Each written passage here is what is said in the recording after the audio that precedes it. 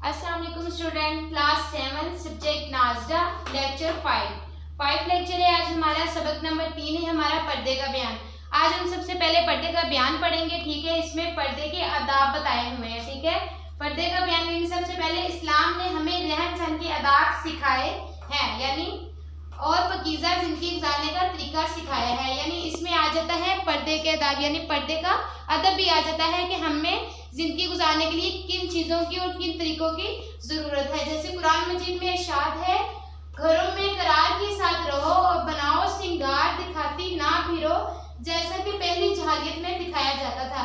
यानी ये औरतों के लिए कुरान मजीद की आयत जो उनसी है, अल्लाह ताला ने नाजिल की है कि घरों में करार के साथ रहो, यानी आराम के साथ रहो, बनाओ सिंगार, दिखाती ना फिरो, यानी जो गैर महरम होते हैं उनको अपना बनाओ सिंगार जो उनसा है तैयार होकर बाहर जाना आना ये दिखाती ना फिरो, जैसा कि ज़माना जालियत में औरतें किया करती थी। इस चीज़ से हमें मना किया गया है, ठीक है।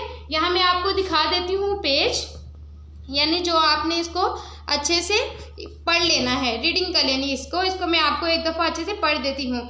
यानी तशरीह है इसकी, इसने ये आयत वाज़िया फरमा दिया है कि औरत का असल मकाम इसका घर है। इसका मतलब ये नहीं कि इसके लिए घर से निकलना जायज़ नहीं, क्योंकि हुज़ूर सल्लल्लाहु अलैहि वसल्लम ने वाज़ा कर दिया था कि हाजत के वक्त औरत पर्दे के साथ बाहर जा सकती है। लेकिन इस फ़िक्रे ने यह अजीम असूल बनाया कि औरत का असल फरीज़ा घर और ख़ानदान की तमीर है, और ऐसी सरगर्मियाँ जो इस मकसद में खलल अंदाज हों, इसके असल मकसद ज़िंदगी के ख़िलाफ़ है, उससे माशरे का तवाज़ुन बिगड़ जाता है। यानी जो असल चीज़ें हैं हमारी, वो अगर हम किसी जायज़ तरीके से जो बाहर निकलते हैं, अपना काम करते हैं, तो वो एक हमारी वजह होती है। यानी बिला वजह घर से जाना, तो इसका क्या मतलब होता है, हमारे माशरे में इससे खलल पड़ जाता है, ठीक है।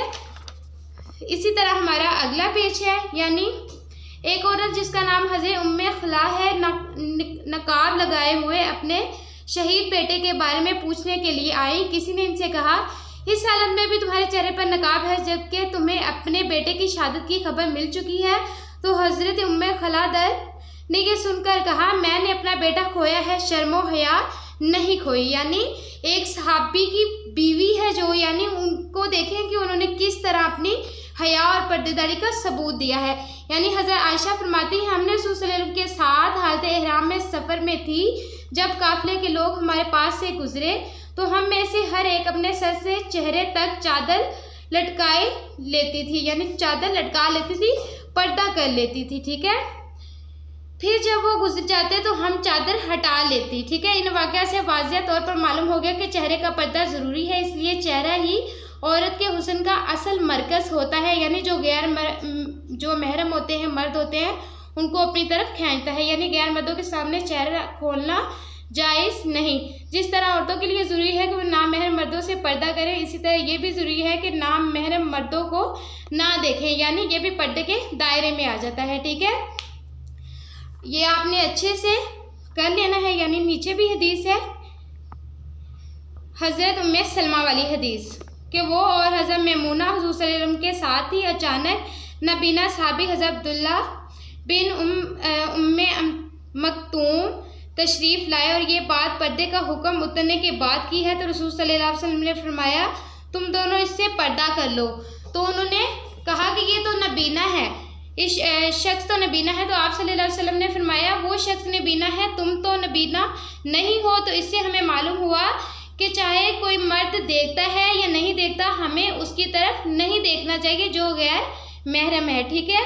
आगे हमारा है सवाल नंबर 2, लिबास के आदाब। यानी हमारे लिबास का आदाब क्या है, किस तरह हमें इस्लाम ने लिबास किस तरह का पहनने का हुक्म दिया है। यानी लिबास अल्लाह ताला की वो अजीम नेमत है जिससे सिर्फ इंसान को नवाजा गया है। यानी इंसान ही है जिसको जो लिबास है वो दिया गया है, उससे नवाजा गया है। इरशाद बारी ताला है, ए आदम के बेटों और बेटियों, हमने तुम्हारे लिए लिबास नाजिल किया है जो तुम्हारे इस हिस्से को छुपा सके जिसका खोलना बुरा है। यानी उस हिस्से को छुपा सके जिसका खोलना बुरा है, यानी दिखाना किसी दूसरे को हराम है, और जो खुशनुमाई का जरिया भी है, ठीक है। इसका मैं आपको यहाँ बताती हूँ, पेज है, आपने इसको अच्छे से यहाँ पढ़ लेना है, इसकी तशरीह को, ठीक है। यहाँ इसी आयत मुबारक में इंसान के लिबास की अहमियत बयान फरमाई गई। यह बताया गया है कि लिबास का असल मकसद जिस्म का पर्दा है। किसका? जिस्म का पर्दा है। और साथ ही लिबास के लिए ज़ीनत और खुशनुमाई का भी ज़रिया है।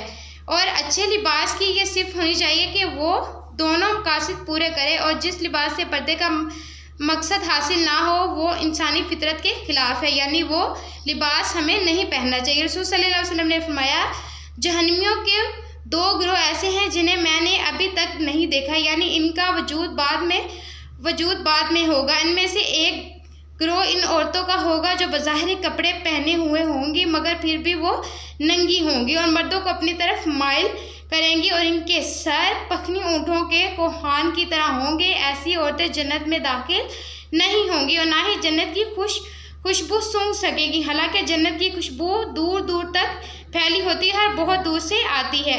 गैर मुस्लिम औरतों की तरह लिबास हरगिज़ नहीं पहनना चाहिए। ठीक है, आगे है, यहाँ देखिए पेज पर, कपड़े पहनने के बाद कपड़े पहनने की दुआ पढ़ें। ठीक है, आगे है, कमीज़ और कुर्ता वगैरह उतारते वक्त पहले उल्टा हाथ निकालें और फिर सीधा हाथ। इसी तरह शलवार वगैरह उतारते वक्त पहले उल्टा पाँव निकालें फिर सीधा पाँव। नंगे सर नहीं रहना चाहिए। दुपट्टा स्कार्फ वगैरह से सर ढांप कर रखें। छोटी बच्चियों को बचपन से दुपट्टा स्कार्फ पहनने की आदत डालें। जूता चप्पल पहले सीधे पाँव में पहने फिर उल्टे पाँव में, और उतारते वक्त पहले उल्टे पाँव से उतारें फिर सीधे पाँव से। सिर्फ एक पाँव में जूता पहनकर नहीं रहना चाहिए। औरतों के लिए जेवर पहनना जायज़ है, लेकिन बचता हुआ जेवर पहनना दुरुस्त नहीं, यानी जैसे हम पायल वगैरह पहनते हैं और ऐसी चीज़ें पहनना हराम है। सोना चांदी के अलावा किसी और चीज़ की बनी हुई ज्वेलरी पहनना भी जायज़ है, मगर सोना चांदी के अलावा किसी और चीज़ की अंगूठी पहनना दुरुस्त नहीं है। ठीक है, आगे हमारा है सवाल नंबर 3, शुक्र का बयान। शुक्र का बयान, इसकी तारीफ हम किस तरह करेंगे? अल्लाह ताला की दी हुई नेमतों से खुश होकर दिल में अल्लाह ताला की मोहब्बत पैदा होना और इन नेमतों के शुक्राने में अल्लाह ताला की खूब इबादत करना और इसकी नाफरमानी से बचना, ये शुक्र है। क्या शुक्र होता है? यानी दिल में अल्लाह ताला की मोहब्बत रखना और दिल से इन नेमतों का शुक्र अदा किस तरह करना? अल्लाह ताला की इबादत करके करना और उसकी नाफरमानी से बचना। शुक्र करने से अल्लाह ताला की नेमत बढ़ती है, यानी जब हम शुक्र करते हैं तो अल्लाह ताला की जो अल्लाह ताला ने हमें नेमतें दी हैं वो और ज्यादा हमें मिलती हैं और बढ़ती हैं। कुरान मजीद में भी अल्लाह ताला ने इरशाद फरमाया है, और वो वक्त भी जब तुम्हारे परवरदिगार ने ऐलान फरमा दिया था कि अगर तुमने वाकई ही शुक्र अदा किया तो मैं तुम्हें और ज्यादा दूंगा, और अगर तुमने नाशुक्री की तो यकीन जानो मैं सख्त अज़ाब दूंगा। यानी जब हम शुक्र करेंगे तो अल्लाह ताला का ये हमसे वादा है कि अल्लाह ताला हमें और ज्यादा देंगे, और अगर हम नाशुक्री करेंगे तो ये भी अल्लाह ताला का वादा है कि अल्लाह ताला हमें सख्त अज़ाब देगा। तो हमें क्या करना चाहिए? हर नेमत पर अल्लाह ताला का शुक्र इस तरह से अदा करना चाहिए कि हम उसकी इबादत करें और उसके लिए, उनकी नेमतों के लिए, अल्लाह ताला के लिए मोहब्बत रखें। ठीक है, उन नेमतों की। तो हमें अल्लाह ताला का शुक्र गुजार बंदा बनना है। ओके, आपने इस सबक को अच्छे से लिख भी लेना है और अच्छे से याद भी कर लेना है। ओके, अल्लाह हाफिज़ स्टूडेंट।